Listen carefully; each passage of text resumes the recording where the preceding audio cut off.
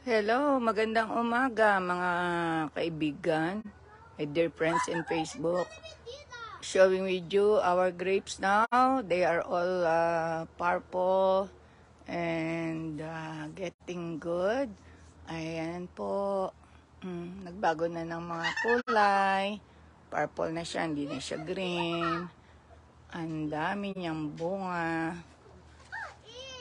Ayan, napakadaming bunga.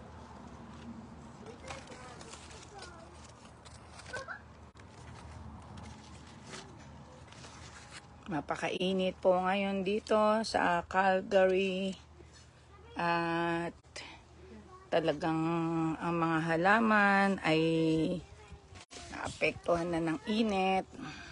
Anyway, just few weeks to go and summer is done and it will be fall season na, and that's it. Ayun, kaya ayan, nahinog na yung mga prutas. Nakakatuwa lang naman pagmasdan ang mga ubas na yan. Ayan.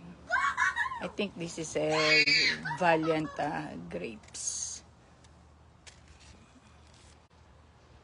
Ayun, hanggang sa taas, meron pa. Ayan.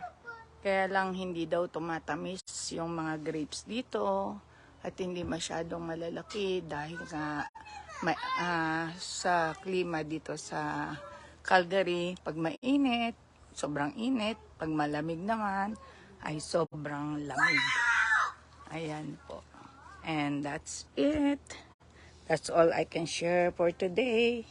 Thank you for watching and enjoy the nice weather. Thank you. Bye-bye.